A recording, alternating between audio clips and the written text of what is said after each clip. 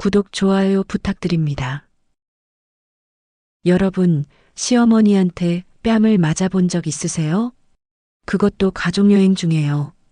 호텔 식당에서 사람들이 다 보는 앞에서요. 8년이에요. 8년 동안 저는 며느리는 손님이라는 말을 들으며 살았어요. 손님이래요. 8년 동안 명절 음식 준비하고 시댁 대소사 챙기고 집안일 도맡아 하면서요. 근데 그날 그 말이 뺨과 함께 날아왔어요. 여러분, 만약 당신이 가족여행에서 뺨을 맞는다면 어떻게 하시겠어요? 참으시겠어요? 저는 참지 않기로 했어요. 그것도 아주 철저하게요. 그날 제주도 호텔 레스토랑이었어요. 아침 조식을 먹는 자리였죠. 시어머니가 샐러드 접시를 밀어내며 말했어요. 며느리는 손님이에요. 손 하나 까딱하지 말아요. 그 말이 귓가를 때렸어요. 손님? 8년 동안 저는 뭐였죠? 설거지하고 빨래하고 시어머니 병원 모시고 친척 행사 다 챙기고 그게 다 손님이 하는 일이에요? 손이 떨렸어요. 포크를 쥔 손에 힘이 들어갔죠. 심장이 쿵쿵 뛰었어요. 주변 테이블 사람들이 우리를 쳐다봤어요. 남편은 옆에서 커피만 마시고 있었고요. 아무 말도 하지 않았죠. 그때였어요. 시어머니가 일어서면서 제 뺨을 때렸어요. 대답도 안 해요. 버릇없이. 따끔했어요. 뺨보다 자존심이 더 아팠죠. 저는 그 자리에서 얼어붙었어요. 눈물이 핑 돌았지만 울지 않았어요. 대신 마음속으로 결심했죠. 이제 끝이야. 더 이상 참지 않을 거야. 그날 이후 제 인생은 완전히 달라졌어요. 가족여행이라는 평화로운 배경 속에서 저는 가장 위험한 선택을 하게 됐거든요. 여행 준비도 전부 제 몫이었어요. 짐 싸고, 일정 짜고, 예약하고, 심지어 시어머니 짐까지 챙겼죠. 남편은 눈치만 보고 시어머니는 지시만 했어요. 저는 혼자였어요. 항상 그랬듯이요. 하지만 그날 뺨을 맞고 나서 저는 깨달았어요. 혼자라는 건 자유롭다는 뜻이기도 하다는 걸요. 그땐 몰랐어요. 이 여행이 제 인생의 전환점이 될 줄은요. 남편의 외도를 발견할 줄도, 제가 복수를 계획할 줄도요. 시청자 여러분도 곧 알게 되실 거예요. 가족여행이 얼마나 평화롭지 않을 수 있는지요. 그리고 한 여자의 복수가 얼마나 치밀할 수 있는지요. 저는 더 이상 며느리가 아니었어요. 그냥 한 사람이었죠. 분노로 가득 찬 복수를 꿈꾸는 한 사람이요. 8년 동안 쌓인 분노가 폭발하기 직전이었어요. 그리고 그 여행에서 저는 제 인생을 되찾기로 결심했어요. 어떤 대가를 치르더라도요. 연말이었어요. 남편이 갑자기 가족여행을 가자고 했죠. 엄마랑 우리 셋이서 제주도 어때? 처음엔 기뻤어요. 오랜만에 가족끼리 시간을 보낼 수 있겠다 싶었거든요. 하지만 준비 과정은 달랐어요. 시어머니가 전화를 걸어왔어요. 며느리 여행 준비는 내가 다 해야지. 저는 그냥 네라고 대답했어요. 익숙했으니까요. 결혼 8년 차예요. 제 이름은 박진은 35이에요. 남편 이정우는 38, IT 회사 과장이에요. 시어머니는 65, 전업주부셨죠. 저희는 서울 송파구 아파트에 살았어요. 전세였어요. 3억 2천만 원짜리요. 남편 월급이 500만 원 정도 됐고 저는 결혼하고 직장을 그만뒀어요. 시어머니가 원했거든요. 며느리가 밖에서 일하면 집안일은 누가 해요? 그래서 저는 집에 있었어요. 하루 종일 청소하고 요리하고 빨래하고요. 시어머니는 우리 집에서 10분 거리에 사셨어요. 거의 매일 오셨죠. 냉장고 열어보고 먼지 확인하고 제가 뭐 하는지 감시하셨어요. 저는 숨 쉴 틈이 없었어요. 남편한테 말했죠. 어머님이 너무 자주 오셔서 힘들어. 남편은 대수롭지 않게 대답했어요. 엄마는 원래 그래, 신경 쓰지 마. 신경 안 쓸 수가 없었어요. 제 집에서조차 편하게 쉴 수 없었거든요. 여행 준비도 그랬어요. 시어머니가 전화로 지시했어요.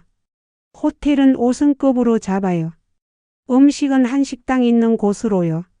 방은 오션뷰로, 침대는 킹 사이즈로요. 내 짐은 내가 챙겨줘요. 나 허리 아파서 못해요. 저는 메모하며 듣기만 했어요. 인터넷을 뒤져서 조건에 맞는 호텔을 찾았죠. 제주도 서귀포에 있는 5성급 리조트였어요. 1박에 45만 원이었어요. 3박이면 135만 원이요. 비쌌지만 시어머니가 원하시니 어쩔 수 없었죠. 예약을 완료하고 항공권도 샀어요. 왕복 1인당 25만 원씩, 3명이면 75만 원이요. 렌터카도 예약했어요. 3일에 15만 원이요. 총 225만 원이 들어갔어요. 남편 월급의 거의 절반이었죠. 하지만 남편은 신경도 안 썼어요. 엄마 모시고 가는 건데 당연히 좋은 데로 가야지. 저는 아무 말도 하지 않았어요. 출발 전날 밤 저는 짐을 쌌어요.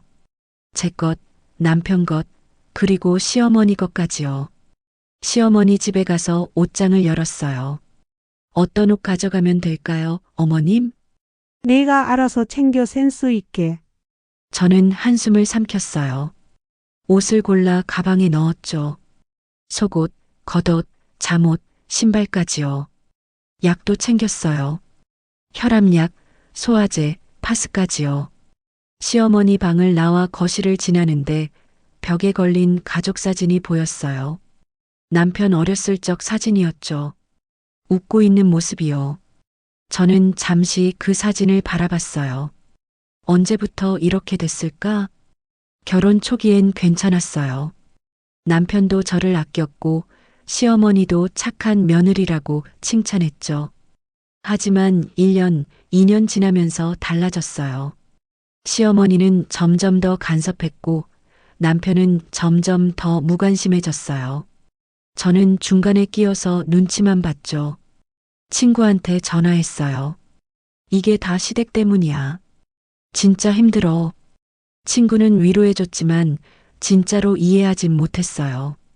시집 안 간 친구였거든요. 저는 혼자였어요. 출발 당일 인천공항에서 만났어요. 시어머니는 제가 챙긴 가방을 확인하더니 한마디 했어요. 선크림은?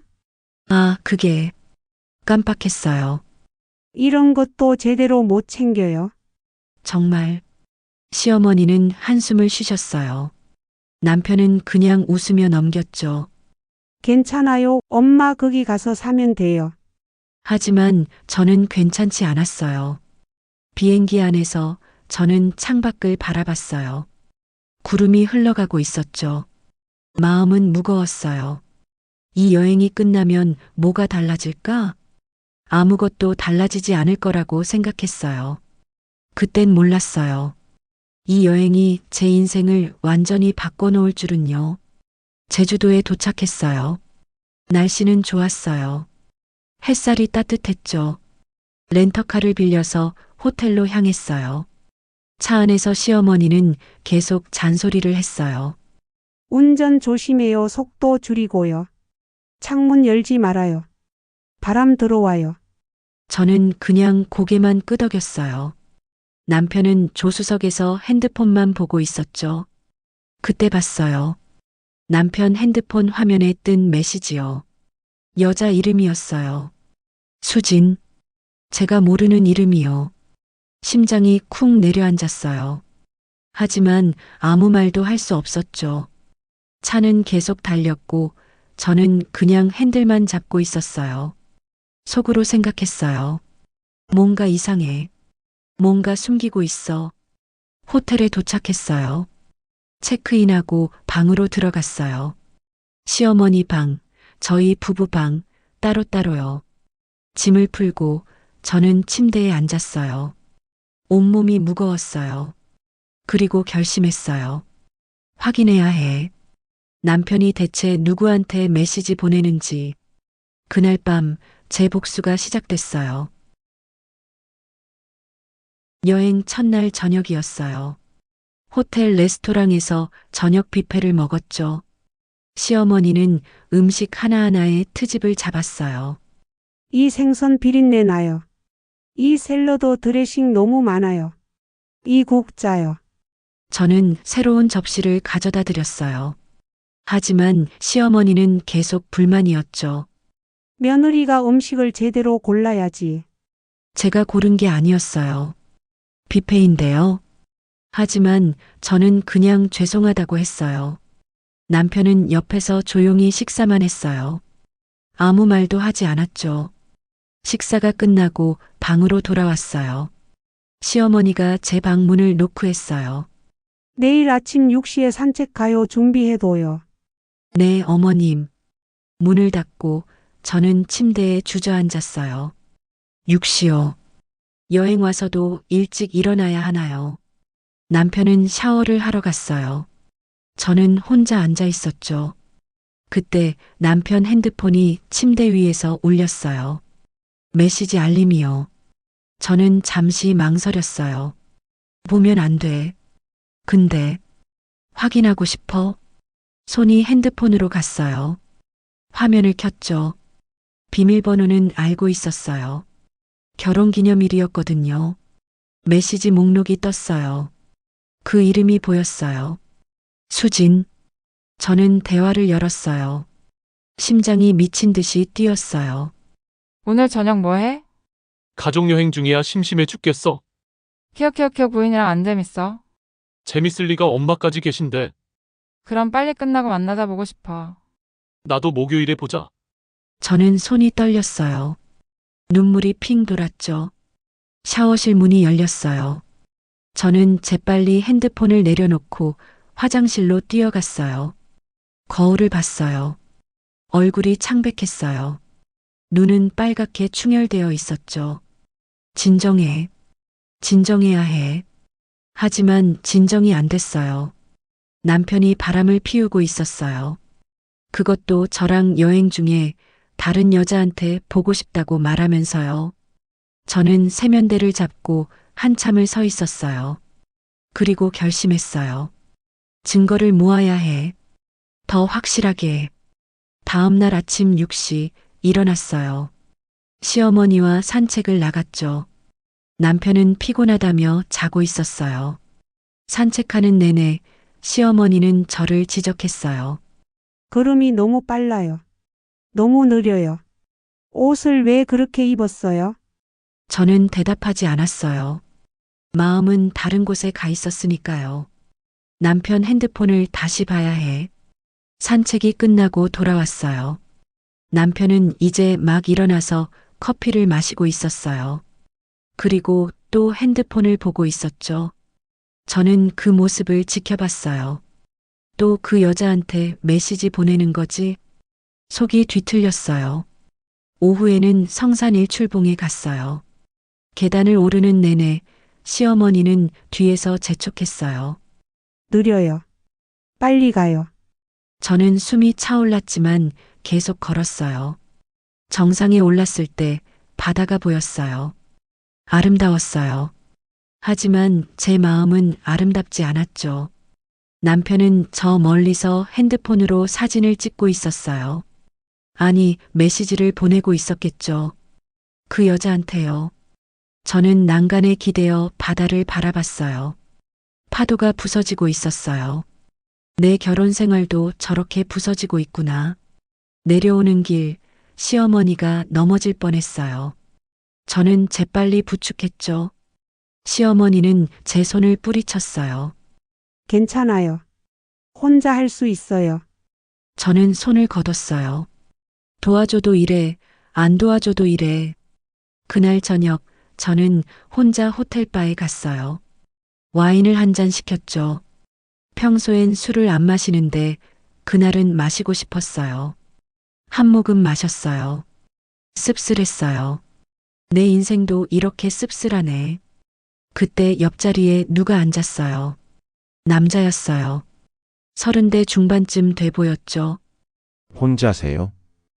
저는 고개를 끄덕였어요. 저도요 출장 왔어요. 남자는 미소를 지었어요. 저는 아무 말도 하지 않았어요.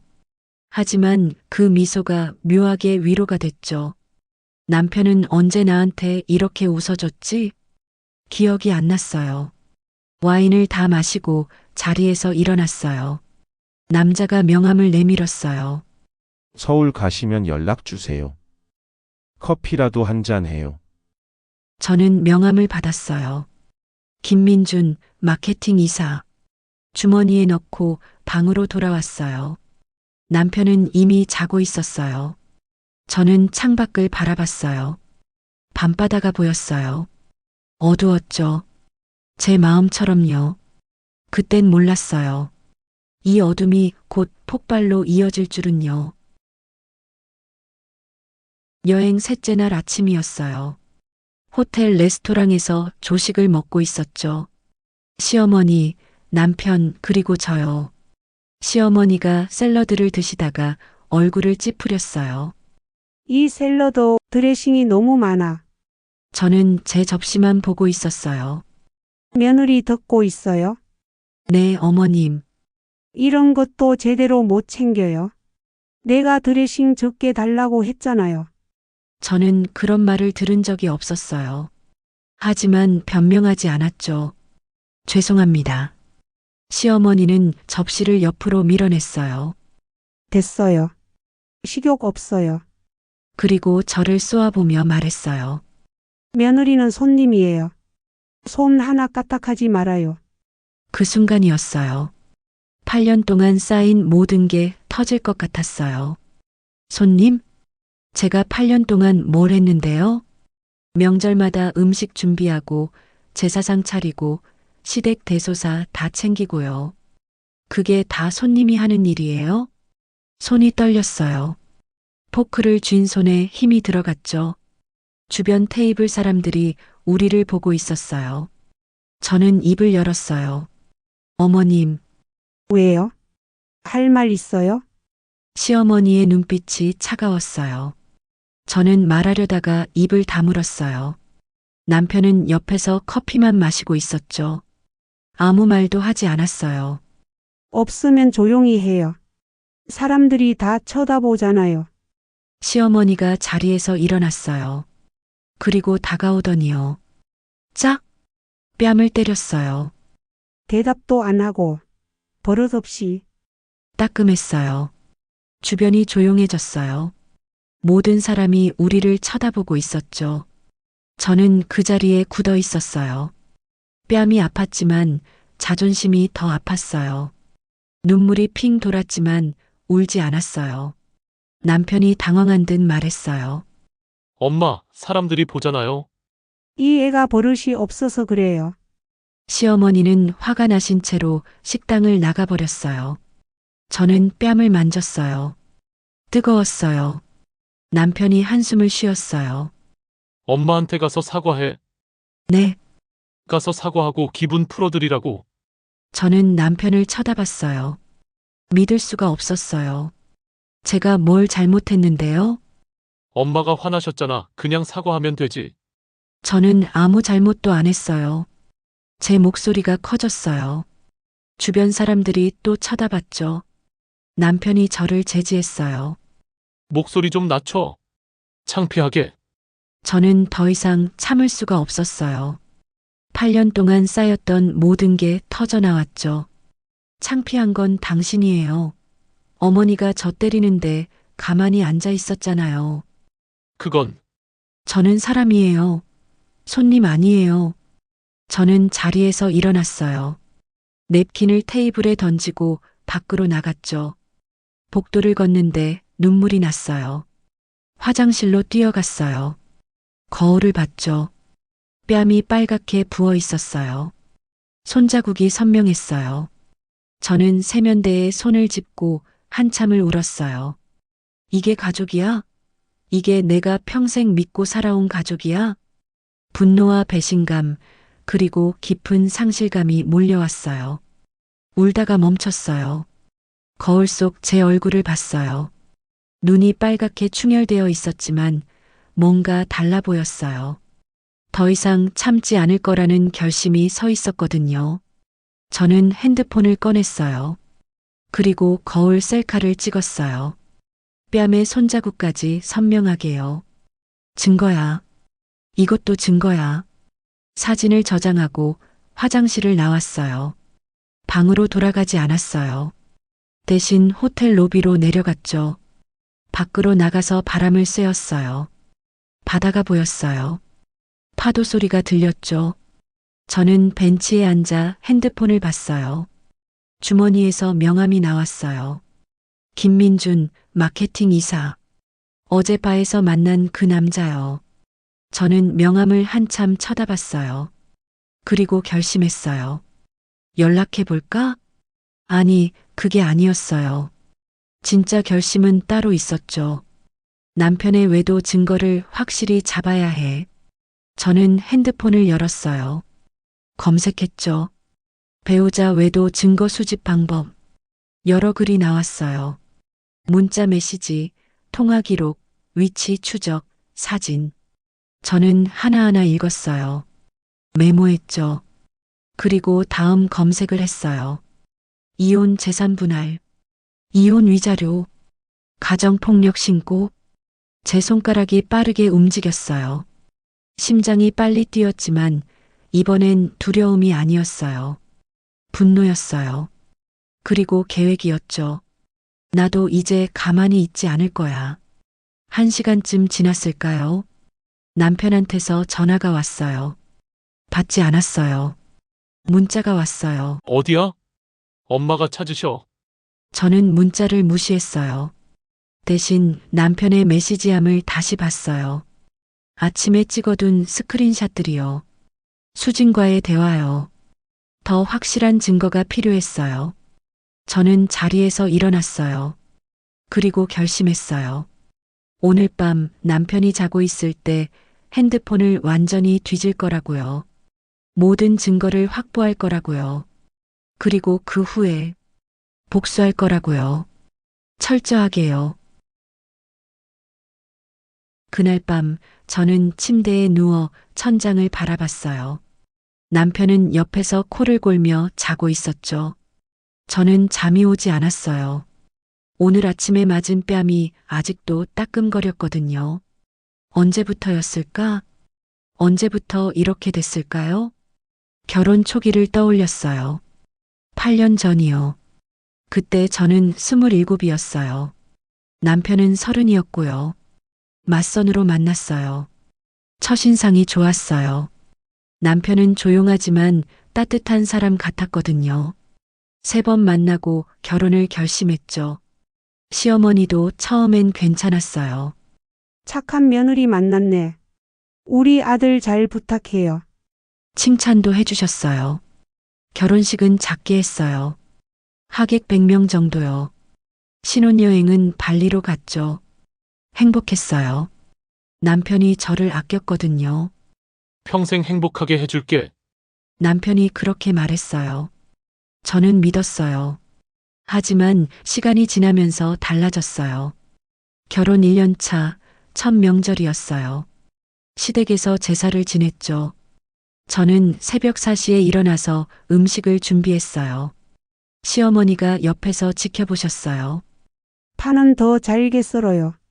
고기는 이렇게 자르는 게 아니에요. 아이고 답답해. 이리 줘봐요. 결국 시어머니가 직접 하셨어요. 저는 옆에서 보기만 했죠. 그때 남편은 거실에서 TV를 보고 있었어요. 저는 남편을 쳐다봤어요. 도와달라는 눈빛이었죠. 하지만 남편은 못 본 척했어요. 그때부터였어요. 남편이 점점 멀어지기 시작한 게요. 결혼 2년 차, 저는 아이를 가지려고 노력했어요. 하지만 쉽게 되지 않았죠. 시어머니가 병원 검사를 받으라고 했어요. 저는 남편과 함께 병원에 갔어요. 검사 결과 제 몸엔 아무 문제가 없었어요. 오히려 남편 쪽에 약간의 문제가 있었죠. 하지만 시어머니께는 그 얘기를 하지 못했어요. 남편이 말렸거든요. 엄마한테 말하면 상처받으실 거야. 그래서 저는 입을 다물었어요. 계속 제 탓인 것처럼 살았죠. 며느리가 몸 관리를 안 해서 그래요. 시어머니의 말이었어요. 저는 아무 말도 하지 않았어요. 결혼 3년 차 시어머니가 우리 집 근처로 이사 오셨어요. 그때부터 거의 매일 집에 오셨어요. 냉장고를 열어보고 먼지를 확인하고 제가 뭘 하는지 감시하셨죠. 며느리 집안 관리 이렇게 하는 거 아니에요. 설거지는 했어요? 그릇에 물기가 남아있네요. 저는 매일 지적을 들었어요. 남편한테 말했죠. 어머님이 너무 자주 오셔서 힘들어. 남편은 대수롭지 않게 대답했어요. 엄마는 원래 그래.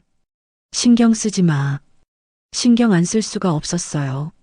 제 집에서조차 편하게 쉴 수 없었거든요. 결혼 5년 차, 저는 직장을 그만뒀어요. 원래 광고회사 디자이너였어요. 일이 재미있었고 동료들도 좋았죠. 하지만 시어머니가 원했어요. 며느리가 밖에서 일하면 집안일을 누가 해요? 남편도 동의했어요. 우리 형편 괜찮으니까 집에 있어도 돼. 저는 반대했어요. 하지만 결국 그만뒀죠. 가족이 원한다면 따라야 한다고 생각했어요. 그게 착한 며느리의 도리라고요. 일을 그만두자 더 외로워졌어요. 집에만 있으니 시어머니 눈치만 더 보게 됐죠. 친구들도 점점 연락이 뜸해졌어요. 다들 바빴거든요. 저만 시간이 멈춘 것 같았어요. 결혼 7년 차 남편이 승진했어요. 과장이 됐죠. 기뻤어요. 축하한다고 했어요. 하지만 남편은 더 바빠졌어요. 회식도 잦아졌고 주말 출근도 많아졌어요. 저는 혼자 집에서 기다렸죠. 가끔 밤 늦게 들어오는 남편한테서 낯선 향수 냄새가 났어요. 이상했어요. 남편은 향수를 안 쓰는 사람이었거든요. 한 번은 물어봤어요. 이 냄새 뭐예요? 남편은 대수롭지 않게 대답했어요. 회식 때 옆에 앉은 사람 향수겠지. 저는 믿었어요. 의심하고 싶지 않았거든요. 하지만 지금 생각하면 그때부터였나 봐요. 남편의 외도가 시작된 게요. 그땐 몰랐어요. 제가 혼자 집을 지키는 동안 남편은 다른 여자와 시간을 보내고 있었다는 거요. 결혼 8년 차 올해요. 연말이 됐고 남편이 가족여행을 제안했어요. 저는 기뻤어요. 드디어 우리 시간을 보낼 수 있겠구나. 하지만 시어머니도 함께라는 말에 마음이 무너졌죠. 그래도 괜찮다고 생각했어요. 가족이니까요. 하지만 여행 준비부터 모든 게 제 몫이었고 여행 중에도 시어머니의 구박은 계속됐어요. 그리고 결정적으로 남편의 외도를 발견했죠. 오늘 아침엔 뺨까지 맞았고요. 저는 침대에서 일어나 창밖을 바라봤어요. 밤바다가 보였어요. 파도 소리가 들렸죠. 8년이야. 8년 동안 참았어. 더 이상은 못 참겠어요. 저는 남편의 핸드폰을 조용히 들었어요. 잠들어 있는 남편 옆에서요. 비밀번호를 입력했어요. 메시지를 확인했죠. 더 많은 대화가 있었어요. 내일 서울 가면 바로 만나자. 응, 공항에서 나오면 바로 갈게. 보고 싶어 진짜로. 저는 스크린샷을 찍었어요. 하나하나 증거를 모았죠. 사진첩도 확인했어요. 두 사람이 함께 찍은 사진들이 있었어요. 레스토랑에서, 카페에서, 공원에서요. 제 심장이 미친 듯이 뛰었어요. 손이 떨렸지만 계속 스크린샷을 찍었어요. 모든 증거를 확보했죠. 남편이 뒤척였어요. 저는 재빨리 핸드폰을 원래 자리에 놓고 화장실로 갔어요. 거울을 봤어요. 눈에 눈물이 고여 있었지만 이번엔 울지 않았어요. 대신 차갑게 웃었어요. 좋아. 이제 준비됐어. 저는 복수할 준비가 됐어요. 남편한테, 시어머니한테, 저를 무시한 모든 사람들한테요. 그날 밤 이후 저는 달라졌어요. 더 이상 착한 며느리가 아니었죠. 복수를 계획하는 여자였어요. 여행 마지막 날 아침이었어요. 내일이면 서울로 돌아가는 날이었죠. 저는 일찍 일어나 짐을 쌌어요. 시어머니 짐까지요. 이젠 익숙했어요. 남편은 여전히 자고 있었고요. 저는 남편의 핸드폰을 다시 확인했어요. 어젯밤에 찍어둔 스크린샷들을 제 핸드폰으로 전송했죠. 증거를 안전하게 백업해둬야 했으니까요. 클라우드에도 올렸어요. 그리고 새로운 메시지를 봤어요. 내일 저녁 7시 강남역 3번 출구에서 만나자. 응, 알았어. 보고 싶어. 내일이요. 우리가 서울 도착하는 날 저녁이요. 남편은 저를 속이고 그 여자를 만날 계획이었던 거예요. 저는 그 주소를 메모했어요. 강남역 3번 출구, 저녁 7시. 좋아. 내일 저녁 7시에 나도 거기 갈 거야. 저는 계획을 세우기 시작했죠. 남편이 그 여자를 만나는 순간을 직접 목격할 거예요. 사진도 찍고 영상도 찍을 거예요. 결정적인 증거를 확보하는 거죠. 아침 식사 후 시어머니가 말씀하셨어요. 오늘은 쇼핑하러 가요. 제주도 특산물 사야죠. 저는 고개를 끄덕였어요. 네, 어머님. 쇼핑몰에 갔어요. 시어머니는 이것저것 구경하셨고 저는 카트를 밀며 뒤를 따라다녔죠. 한라봉, 흑돼지 육포, 녹차과자. 시어머니가 고르는 대로 담았어요. 남편은 멀찌감치 떨어져서 핸드폰만 보고 있었어요. 또 그 여자한테 메시지 보내는 거겠죠. 저는 남편을 지켜봤어요. 웃고 있더라고요. 핸드폰 보면서 혼자 웃고 있었어요. 저한테는 한 번도 그렇게 웃어준 적 없는데요. 당신이 날 배신했으니 나도 끝까지 갈 거야. 쇼핑을 마치고 나오는 길이었어요. 저는 화장실에 간다는 핑계를 댔죠. 먼저 주차장 가 계세요. 금방 갈게요. 시어머니는 불만스러운 얼굴이었지만 고개를 끄덕였어요. 저는 화장실이 아닌 다른 곳으로 갔어요. 쇼핑몰 바로 옆에 카페가 있었거든요. 그리고 그곳 창가에 앉아 있는 남자가 보였어요. 호텔바에서 봤던 그 남자요. 김민준이요. 저는 잠시 망설였어요. 들어가야 하나? 말아야 하나? 하지만 발은 이미 카페 문을 열고 있었어요. 김민준이 저를 알아봤어요. 호텔 바에서 봤던. 네, 맞아요. 저는 그의 맞은편에 앉았어요. 혼자세요? 네, 커피 마시고 있었어요. 같이 드실래요? 저는 고개를 끄덕였어요. 웨이터가 와서 주문을 받았어요. 저는 아메리카노를 시켰죠. 가족여행 잘 되고 있어요? 김민준이 물었어요.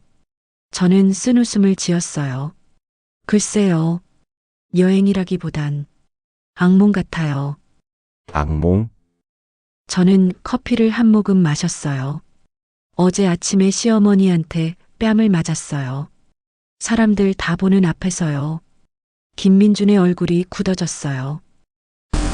정말요? 네. 그리고 남편은 옆에서 아무 말도 안 했어요. 저는 핸드폰을 꺼냈어요. 어제 찍은 사진을 보여줬죠. 뺨에 선명한 손자국이 있는 사진이요. 김민준이 깜짝 놀랐어요. 이건 가정폭력 아닌가요? 그렇겠죠. 근데 더 큰 문제가 있어요. 더요? 남편이 바람을 피워요. 저는 조용히 말했어요. 김민주는 아무 말도 하지 않았어요. 그냥 제 손을 잡아줬죠. 힘드셨겠어요. 그 따뜻함에 저는 눈물이 날 뻔했어요. 오랜만이었거든요. 누군가 저를 위로해주는 게요. 명함 드렸던 거 기억하세요? 김민준이 물었어요. 네, 서울 가시면 꼭 연락 주세요.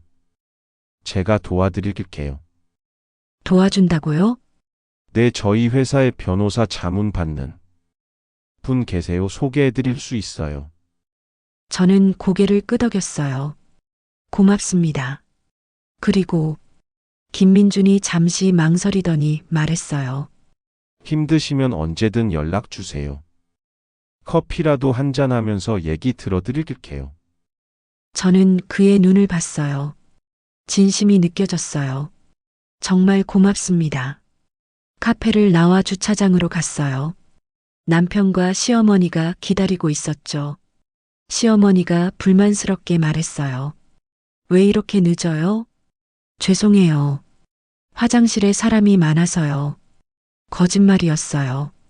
하지만 이젠 거짓말도 자연스러워졌죠. 8년 동안 거짓말하며 사는 법을 배웠으니까요. 호텔로 돌아오는 차 안에서 저는 주머니 속 명함을 만졌어요. 김민준. 낯선 이름이지만 묘하게 마음이 편안해졌어요. 누군가 제 편이 되어준다는 느낌이었거든요. 그날 밤 저는 침대에 누워 생각했어요. 내일 서울 가면 뭘 해야 할까? 계획은 이미 세워져 있었어요. 첫째, 남편의 외도 현장을 직접 목격하고 증거를 확보한다. 둘째, 변호사 상담을 받는다. 셋째, 이혼을 준비한다. 넷째, 제 인생을 되찾는다. 손에 든 핸드폰을 보며 저는 미소 지었어요. 한 번뿐인 인생이잖아. 8년 동안 참았어요.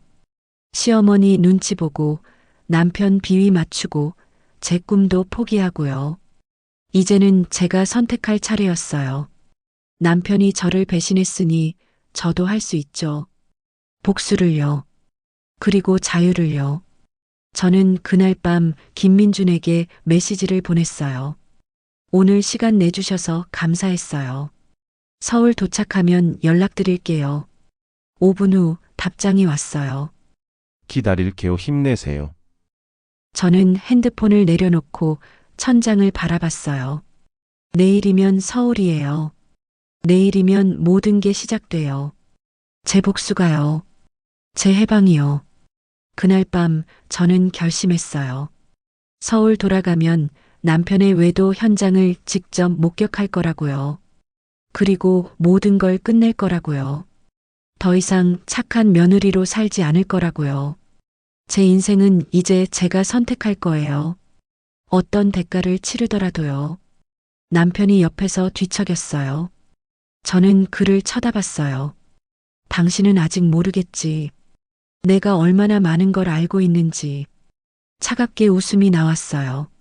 내일이면 알게 되겠죠. 제가 더 이상 만만한 여자가 아니라는 걸요. 서울로 돌아온 날이었어요.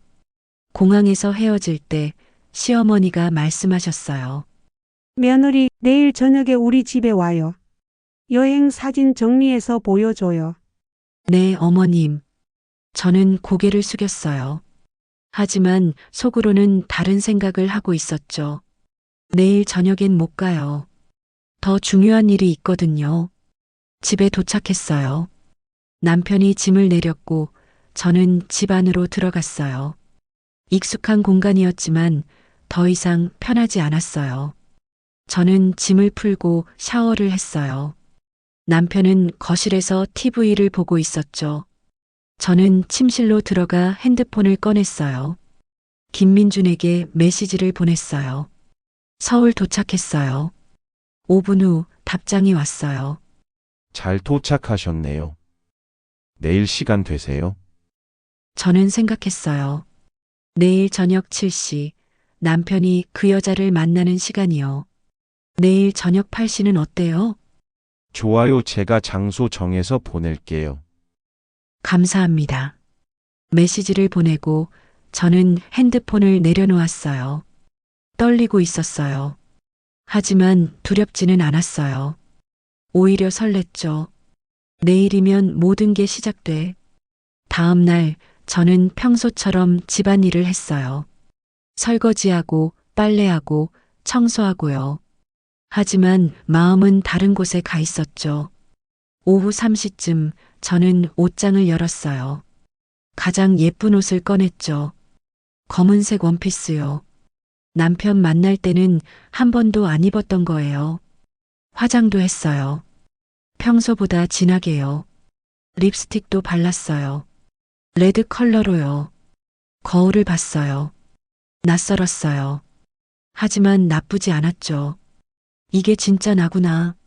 남편이 퇴근 준비를 하고 있었어요. 오늘 저녁 회식 있어 늦을 것 같아. 남편이 말했어요.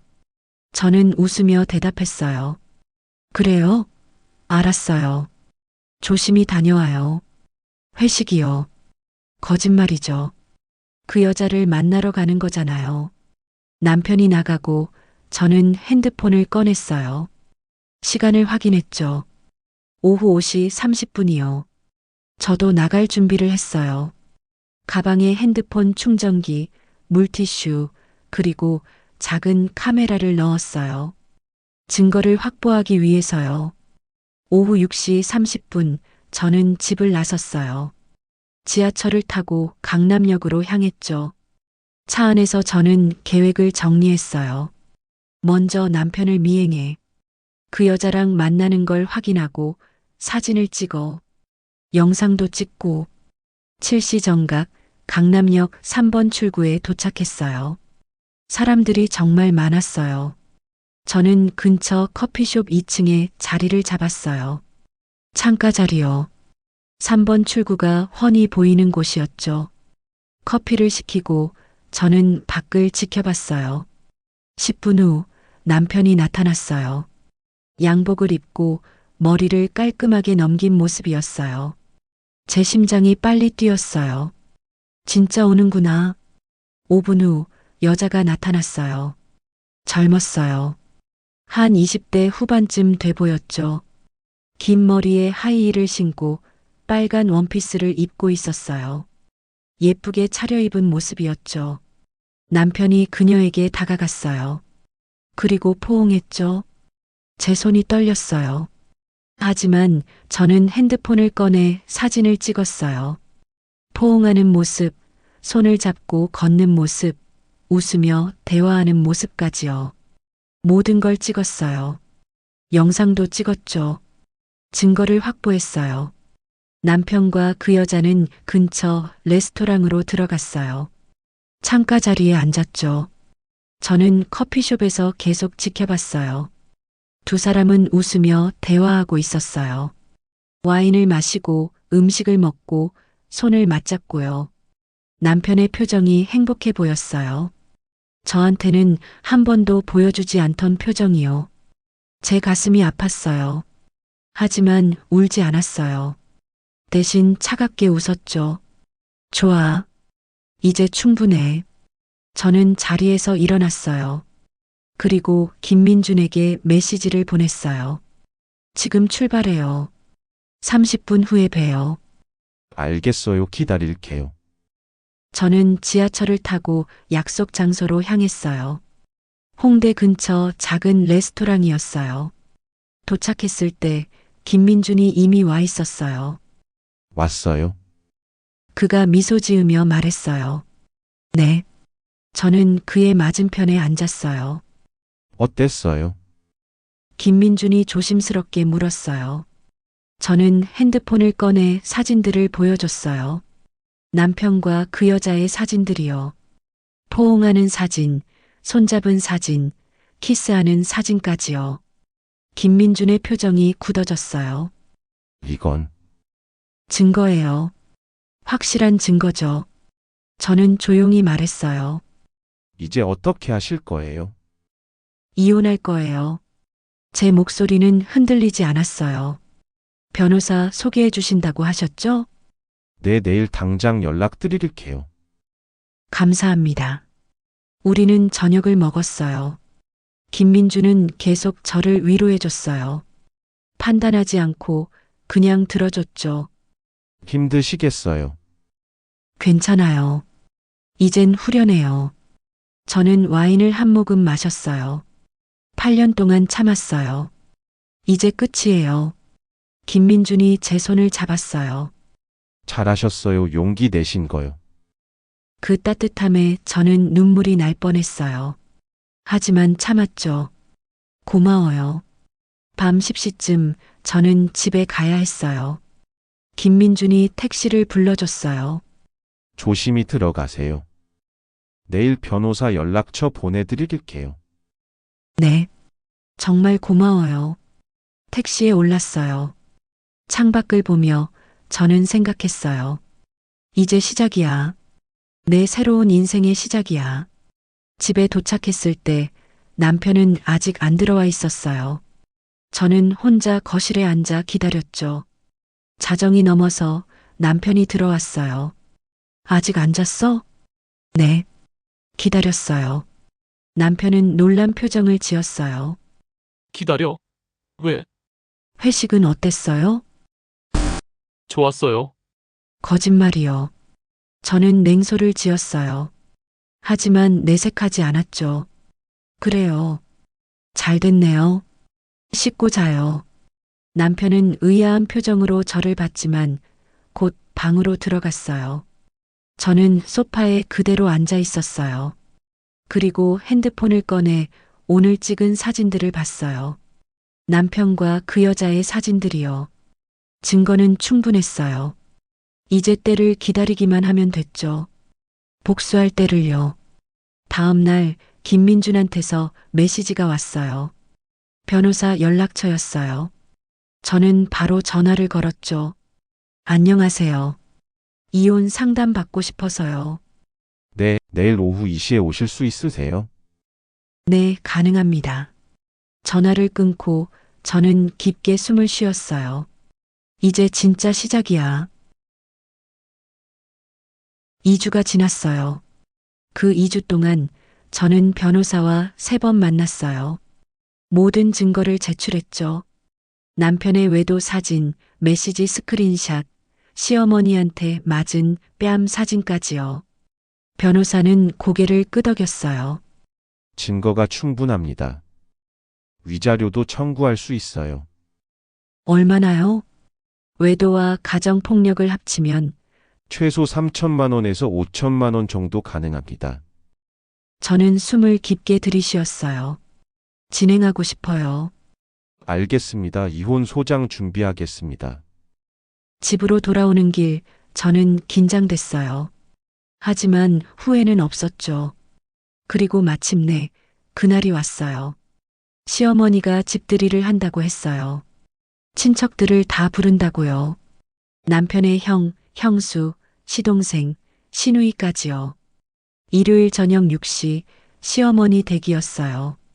저는 남편과 함께 시댁으로 갔죠. 현관문을 열고 들어가니 이미 여러 사람이 와 있었어요. 왔네. 어서 와요. 시어머니가 반갑게 맞아주셨어요. 저는 인사를 했죠. 안녕하세요. 거실에는 큰 상이 차려져 있었어요. 음식이 가득했죠. 다들 앉아서 담소를 나누고 있었어요. 저는 부엌으로 가서 시어머니를 도왔어요. 접시를 나르고 물을 따르고요.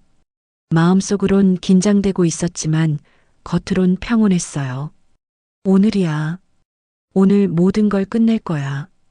저녁 식사가 시작됐어요. 다들 음식을 먹으며 이야기를 나눴죠. 시동생이 물었어요. 형수, 제주도 여행 어땠어요? 좋았어요. 저는 짧게 대답했어요. 시어머니가 끼어들었어요. 좋긴 뭐가 좋아. 며느리가 준비도 제대로 못해서 고생했어요. 웃으며 하시는 말이었지만 가시가 돋쳐 있었죠. 저는 아무 말도 하지 않았어요. 식사가 끝나고 다들 거실에 모였어요. 차를 마시며 이야기를 나눴죠. 시누이가 물었어요. 오빠 요즘 회사 일은 어때? 괜찮아. 바쁘긴 한데. 괜찮아. 남편이 대답했어요. 회식도 많겠네? 응, 좀 있어. 남편은 자연스럽게 거짓말을 했어요. 저는 그 모습을 지켜봤죠. 그리고 결심했어요. 지금이야. 저는 가방에서 태블릿을 꺼냈어요. 여러분, 잠깐만요. 제주도 여행 사진 보여드릴게요. 오, 좋지. 시동생이 반갑게 말했어요. 다들 저를 쳐다봤죠.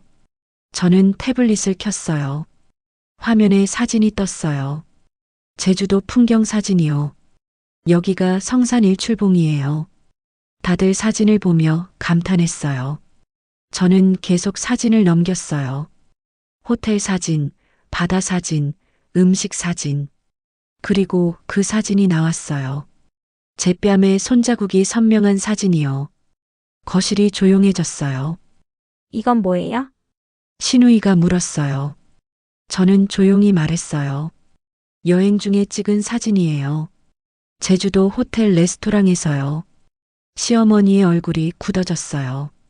며느리 그건 제가 뺨을 맞은 사진이에요. 어머님한테요. 저는 차분하게 말했어요. 거실이 더 조용해졌죠. 시동생이 놀라서 물었어요. 형수님이 맞았다고요?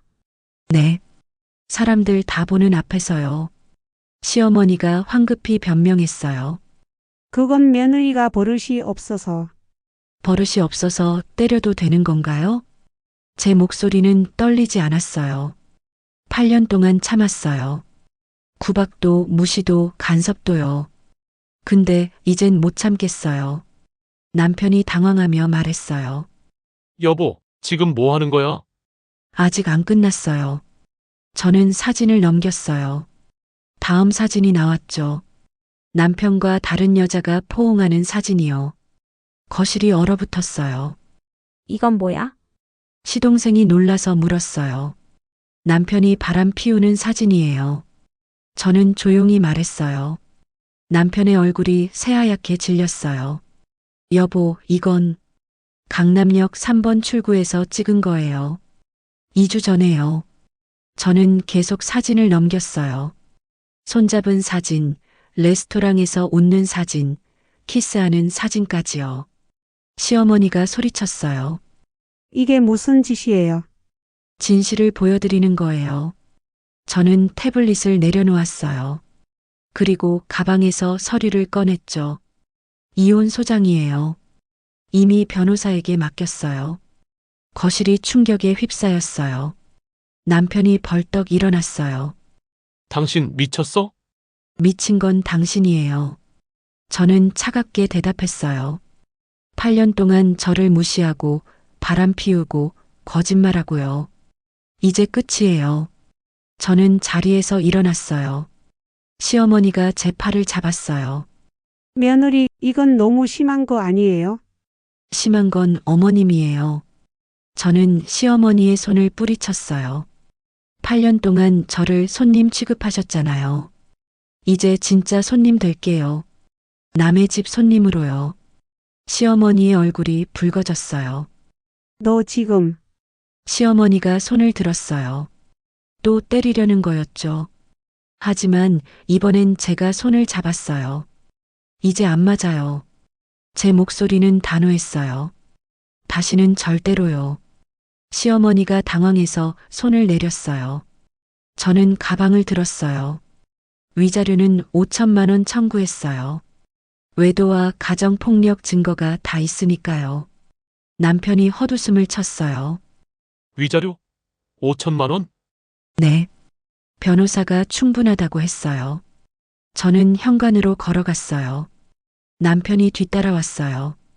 여보, 잠깐만 얘기 좀 하자. 할 얘기 없어요. 제발. 남편이 제 팔을 잡았어요. 저는 팔을 뿌리쳤죠. 나요. 그리고 돌아서서 남편을 똑바로 쳐다봤어요.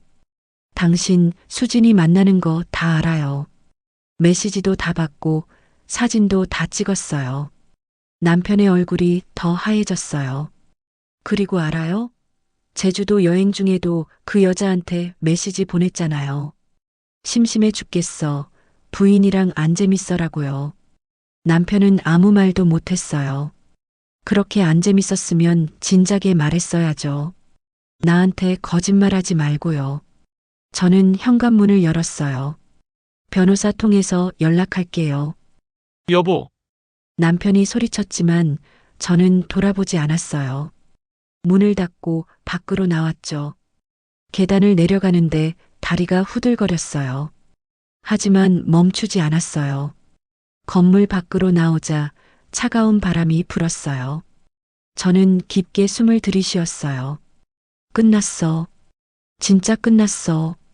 핸드폰이 울렸어요. 김민준한테서 온 문자였어요. 어떻게 됐어요? 괜찮으세요? 저는 답장을 보냈어요. 다 말했어요. 이제 끝났어요. 수고하셨어요. 커피 드실래요? 네. 지금 갈게요. 저는 택시를 잡았어요. 홍대로 향했죠.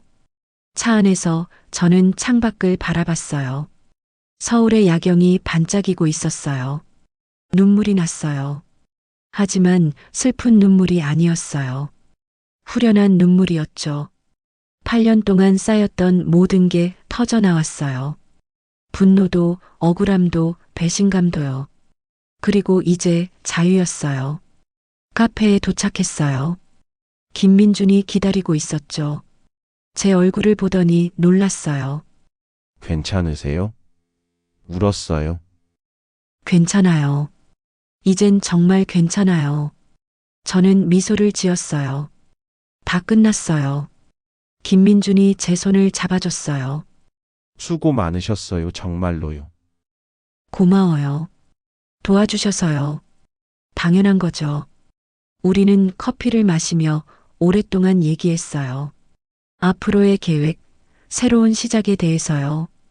그날 밤 저는 처음으로 진짜 웃었어요. 8년 만에요. 진짜 제 모습으로 웃었어요. 한 달이 지났어요. 이혼 조정이 시작됐죠. 남편은 처음엔 이혼을 거부했어요. 하지만 증거가 너무 확실했어요. 외도 사진, 메시지, 증인까지요. 변호사가 말했어요. 상대 측에서 합의 이혼을 제안했습니다. 조건은요? 위자료 4천만 원, 재산 분할 1억 2천만 원입니다. 제 심장이 빨리 뛰었어요. 받아들이세요? 네. 합의서에 서명했어요. 2주 후 이혼이 확정됐어요. 호적에서 남편의 이름이 사라졌죠. 저는 다시 박지은이 됐어요. 8년 만에 제 이름을 되찾았어요. 위자료와 재산 분할금이 들어왔어요. 총 1억 6천만 원이요. 적지 않은 돈이었어요. 저는 그 돈으로 작은 원룸을 계약했어요. 홍대 근처 햇살이 잘 드는 곳이요. 이사하는 날 친구들이 도와주러 왔어요. 오랜만에 만난 친구들이었죠. 지은아, 잘했어. 진짜 잘했어. 이제 시작이야. 내 인생이야. 친구들이 격려해줬어요. 저는 눈물이 났어요. 이번엔 행복한 눈물이었죠. 김민준도 왔어요. 축하해요. 새 출발이네요. 고마워요. 정말로요. 이제 뭐 하실 거예요? 일을 찾아야죠. 8년 만에요. 저는 웃으며 말했어요. 디자이너 일 다시 시작하고 싶어요. 잘하실 거예요. 분명히요. 이사를 마치고 저는 빈 방에 앉았어요. 짐이 별로 없었어요. 8년 동안 시댁에 살면서 제 물건이 거의 없었거든요. 하지만 괜찮았어요. 이제 채워가면 되니까요. 제가 좋아하는 것들로요. 다음 날부터 저는 포트폴리오를 만들기 시작했어요. 8년 전에 했던 작업들을 정리하고 새로운 작업도 시작했죠. 밤늦게까지 작업했어요. 힘들었지만 행복했어요. 제가 하고 싶은 일을 하니까요. 2주 후 저는 몇 군데 회사에 이력서를 넣었어요. 면접 제안이 들어왔죠. 첫 면접은 떨렸어요. 8년 만이었거든요. 공백 기간이 좀 있네요. 면접관이 물었어요. 네. 결혼 생활을 하다가 최근에 이혼했습니다. 저는 솔직하게 대답했어요. 다시 시작하고 싶어요. 열심히 하겠습니다. 면접관이 고개를 끄덕였어요. 일주일 후 합격 통보가 왔어요. 중견 광고 대행사였어요. 월급은 300만 원이요. 많은 건 아니었지만 저에겐 큰 돈이었어요. 제가 직접 번 돈이었거든요. 첫 출근 날 저는 일찍 일어났어요. 정장을 입고 화장을 했죠. 거울을 봤어요. 자신감 있는 제 모습이 보였어요. 잘할 수 있어. 분명히. 회사는 좋았어요. 동료들도 친절했고 일도 재미있었죠. 퇴근하고 집에 돌아오면 저는 소파에 앉아 창밖을 바라봤어요. 홍대 거리가 보였어요. 사람들이 오가고 불빛이 반짝이고요. 이게 내 삶이야. 내가 선택한 삶이야. 시어머니한테서 전화가 몇 번 왔어요. 받지 않았어요. 문자도 왔죠. 며느리 다시 생각해봐요. 우리 아들이랑 다시. 저는 문자를 삭제했어요. 다시 생각할 것도 없었어요. 이미 끝났으니까요. 남편한테서도 연락이 왔어요. 미안해, 정말 미안해. 다시 시작하자. 저는 답장을 보냈어요. 이제 연락하지 마세요. 저는 제 인생을 살 거예요. 그리고 번호를 차단했죠. 김민중과는 가끔 만났어요. 커피를 마시거나 저녁을 먹거나요. 요즘 어때요? 그가 물었어요. 좋아요. 정말 좋아요. 저는 웃으며 대답했어요. 처음으로 제 인생을 사는 것 같아요. 보기 좋아요. 진짜로요. 김민준도 웃었어요. 그는 좋은 사람이었어요. 하지만 저는 서두르지 않았어요. 아직은 저 자신을 찾는 게 더 중요했으니까요. 3개월이 지났어요. 어느 날 저는 거울을 봤어요. 예전과 많이 달라져 있었어요. 얼굴에 생기가 돌았고 눈빛이 밝아졌죠. 무엇보다 웃고 있었어요. 진짜로요. 그 사건 이후 저는 더 이상 억눌리지 않았어요. 시어머니의 구박도 남편의 무시도 없었죠. 가족여행이라는 평화로운 배경 속에서 벌어진 극적인 사건들은 결국 저를 자유로운 존재로 만들어줬어요. 그날 이후 1년이 지났어요. 지금 저는 홍대 작은 원룸에서 혼자 살고 있어요. 회사 일은 잘 되고 있고 승진도 했죠. 월급도 올라서 이제 400만 원을 받아요. 친구들과도 자주 만나요. 주말엔 전시회에 가거나 카페에서 책을 읽거나요. 오랜만에 제가 좋아하는 걸 하며 살고 있어요. 김민중과는 연인 사이가 됐어요. 서두르지 않았어요. 천천히 서로를 알아가면서요. 그는 저를 있는 그대로 받아줬어요. 과거도 상처도 전부요. 지은 씨는 강한 사람이에요. 어느 날 그가 말했어요. 강한 게 아니라 선택한 거예요. 저는 대답했어요. 더 이상 참지 않기로요. 가끔 시댁 소식이 들려왔어요. 남편은 그 여자와 헤어졌다고 해요. 시어머니는 많이 후회한다고 하고요.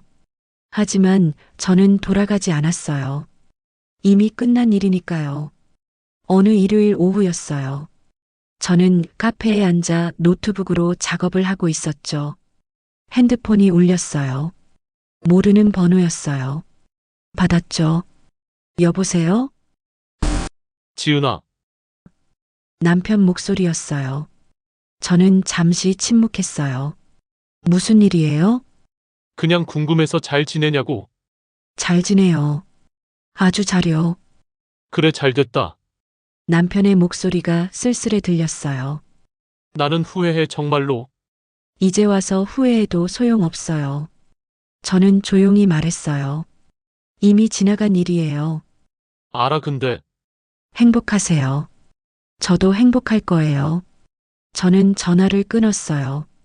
그리고 핸드폰을 내려놓았죠. 마음이 편안했어요. 분노도 미움도 없었어요. 그냥 끝난 일이었어요. 저는 다시 노트북을 봤어요. 작업을 계속했죠. 제 인생을요. 여러분, 저는 8년 동안 참았어요. 시어머니의 구박도, 남편의 무관심도, 모든 무시와 억압을요. 며느리는 손님이라는 말을 들으며 제 자존심을 접고 살았죠. 하지만 제주도 여행에서 뺨을 맞았을 때 저는 깨달았어요. 더 이상 참으면 안 된다는 걸요. 그래서 선택했어요. 제 인생을요. 복수가 아니라 자유를요. 지금 저는 행복해요. 혼자 살지만 외롭지 않아요. 제가 하고 싶은 일을 하고, 제가 만나고 싶은 사람을 만나고, 제가 가고 싶은 곳을 가요. 누구의 눈치도 보지 않고요. 가끔 생각해요. 그때 참았으면 어땠을까? 아마 지금도 그 집에서 시어머니 눈치 보며 남편의 거짓말을 모른 척하며 살고 있었겠죠. 제 인생을 포기한 채로요. 하지만 저는 선택했어요.